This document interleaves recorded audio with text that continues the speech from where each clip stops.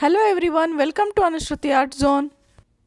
ಅಡುಗೆ ಮನೆಯಲ್ಲಿರುವ ಸಿಂಕ್ ಎಷ್ಟೇ ಕ್ಲೀನ್ ಮಾಡಿದ್ರೂ ಮತ್ತೆ ಮತ್ತೆ ಜಿಡ್ಡು ಆಗ್ತಾನೆ ಇರುತ್ತೆ ಅಲ್ವಾ. ಪಾತ್ರೆ ತೊಳೆಯೋದಕ್ಕೆ ಅಂತ ಇದರಲ್ಲಿ ಇಡ್ತಾ ಹೋದಾಗ ಅದರಲ್ಲಿ ಉಳಿದಿರುವಂತಹ ಎಣ್ಣೆ ಆಗಿರ್ಬೋದು, ಹಾಲಿನ ಜಿಡ್ಡಾಗಿರಬಹುದು, ಈ ರೀತಿ ಎಲ್ಲದೂ ಸೇರಿಬಿಟ್ಟು ಸಿಂಕ್ ಎಷ್ಟೊಂದು ಜಿಡ್ಡಾಗೋಗುತ್ತೆ ಅಂದರೆ ಪ್ರತಿದಿನ ತೊಳೆಯೋದೇ ಕಷ್ಟ.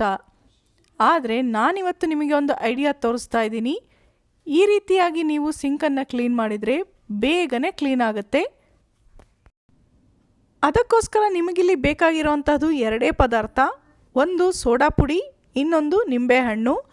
ನಿಂಬೆಹಣ್ಣು ಕೂಡ ಹುಳಿ ಎಲ್ಲ ಉಪಯೋಗಿಸಿ ಉಳಿದಿದಂತಹ ಸಿಪ್ಪೆ ಕೂಡ ಸಾಕಾಗುತ್ತೆ. ಮೊದಲಿಗೆ ನೋಡಿ, ಸೋಡಾ ಪುಡಿಯನ್ನು ಈ ರೀತಿ ಸಿಂಕಲ್ಲಿ ಎಲ್ಲ ಕಡೆಗೂ ಉದುರಿಸಿ. ಒಂದು ಫುಲ್ ಚಮಚದಷ್ಟು ಸೋಡಾ ಪುಡಿ ಒಂದು ಸಲ ಸಿಂಕ್ ತೊಳೆಯೋದಕ್ಕೆ ಸಾಕಾಗುತ್ತೆ. ನೋಡಿ, ಸಿಂಕ್ ಪೂರ್ತಿ ಈ ತರಹ ಸೋಡಾ ಪುಡಿನ ಹಾಕಿದ ನಂತರ ಅದರ ಮೇಲೆ ಸ್ವಲ್ಪ ಸ್ವಲ್ಪವೇ ನೀರನ್ನು ಚಿಮುಕಿಸಿ ಈ ರೀತಿ ಒಂದು 2-3 ನಿಮಿಷ ಬಿಟ್ಟ ನಂತರ ಈಗ ನಿಂಬೆಹಣ್ಣಿನ ಸಿಪ್ಪೆ ಇತ್ತಲ್ವ, ಅದರಿಂದ ಸೋಡಾ ಪುಡಿನೆಲ್ಲ ಸಿಂಕ್ ಪೂರ್ತಿ ಈ ತರಹ ಉಜ್ಜುತ್ತಾ ಹೋಗಿ.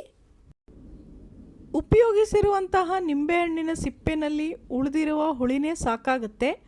ಅಂತೂ ಮಿಕ್ಕಿ ತುಂಬಾ ಜಿಡ್ಡಾಗಿತ್ತು ಅಂದರೆ ನೀವು ಸ್ವಲ್ಪ ವಿನೆಗರ್ನ ಸೇರಿಸಬಹುದು.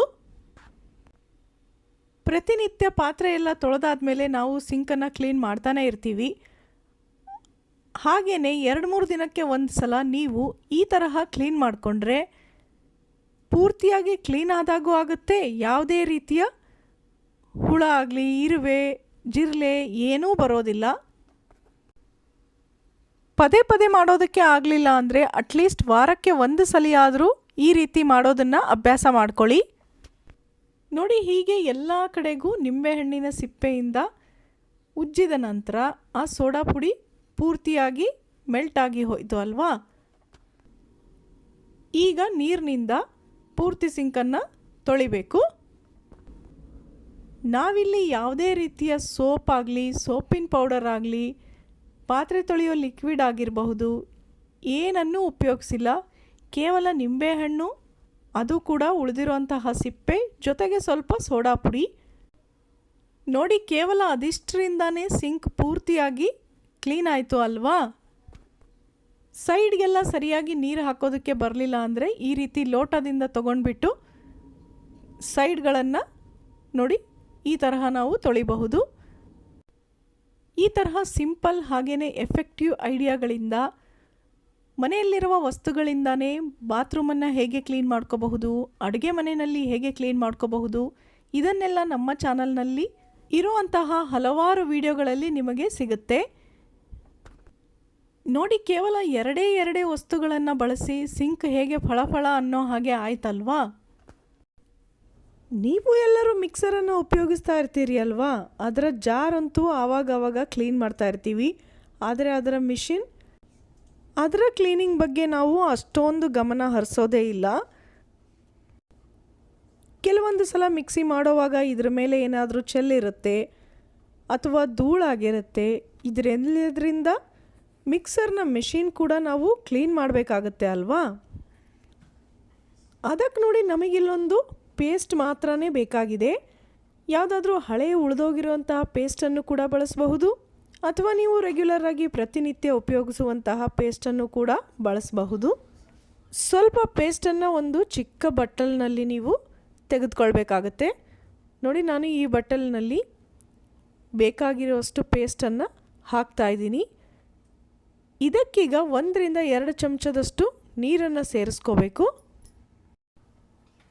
ಹಾಗೆ ನೀರನ್ನು ಹಾಕೋದಕ್ಕೆ ಹೋದರೆ ತುಂಬಾ ಬಿದ್ದುಬಿಡುತ್ತೆ. ಹಾಗಾಗಿ ನಾನಿಲ್ಲಿ ಚಮಚದಿಂದ ಹಾಕ್ತಾಯಿದ್ದೀನಿ. ನೋಡಿ, 2-3 ಚಮಚ ನೀರನ್ನು ಹಾಕಿ ಹೀಗೆ ಚೆನ್ನಾಗಿ ಮಿಕ್ಸ್ ಮಾಡ್ಕೋಬೇಕು. ಪೇಸ್ಟ್ ಮತ್ತು ನೀರು ಸರಿಯಾಗಿ ಮಿಕ್ಸ್ ಆಗಬೇಕು.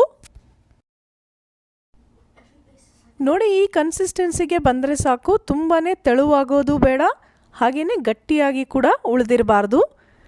ಮತ್ತು ನಿಮಗೆ ಬೇಕಿದ್ದರೆ 1-2 ಹನಿಗಳಷ್ಟು ನೀರನ್ನು ಸೇರಿಸ್ಕೊಳ್ಬಹುದು. ಈಗ ನೋಡಿ, ಈ ಮಿಶ್ರಣವನ್ನು ಒಂದು ಹಳೆಯ ಬ್ರಷ್ನ ಸಹಾಯದಿಂದ ಮಿಕ್ಸಿಯ ಮಿಷಿನ್ಗೆ ನೀವು ಎಲ್ಲ ಕಡೆಗೆ ಇದನ್ನು ಹಚ್ಚಬೇಕು. ನೋಡಿ, ಈ ಮಿಷಿನ್ನ ಮಧ್ಯಭಾಗದಲ್ಲಿ ತುಂಬಾ ಗಲೀಜಾಗಿದೆ. ನಾನು ಮೊದಲಿಗೆ ಅಲ್ಲಿ ಈ ಮಿಶ್ರಣವನ್ನು ಹಚ್ಚಿ ಬ್ರಷ್ನಿಂದ ಹೀಗೆ ಉಜ್ಜುತ್ತಾ ಹೋಗಬೇಕು. ಈಗ ನಿಮಗೆ ನೋಡಿದರೆ ಗೊತ್ತಾಗ್ತಾ ಇದೆ, ಬ್ರಷ್ನ ಜೊತೆಗೆ ಅದರ ಗಲೀಜೆಲ್ಲ ಹತ್ಕೊಂಡು ಬಂದಿರುತ್ತೆ. ನೋಡಿ, ಒಂದು ಸ್ಪೂನ್ನ ಸಹಾಯದಿಂದ ನೀವು ಆ ಮಿಶ್ರಣವನ್ನು ಒಳಗಡೆಗೆ ಹಾಕಿ ನಂತರ ಬ್ರಷ್ನಿಂದ ಉಜ್ಜುತ್ತಾ ಹೋಗಬಹುದು.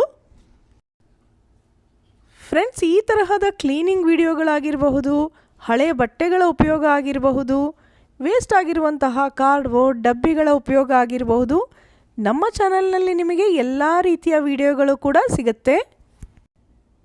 ಹಾಗಾಗಿ ರೆಗ್ಯುಲರ್ ಆಗಿ ನೀವು ಚಾನಲ್ನ ನೋಡಿ. ಇನ್ನೂ ಸಬ್ಸ್ಕ್ರೈಬ್ ಮಾಡಿರಲಿಲ್ಲ ಅಂದರೆ ಪ್ಲೀಸ್ ಮಾಡ್ಕೊಳ್ಳಿ.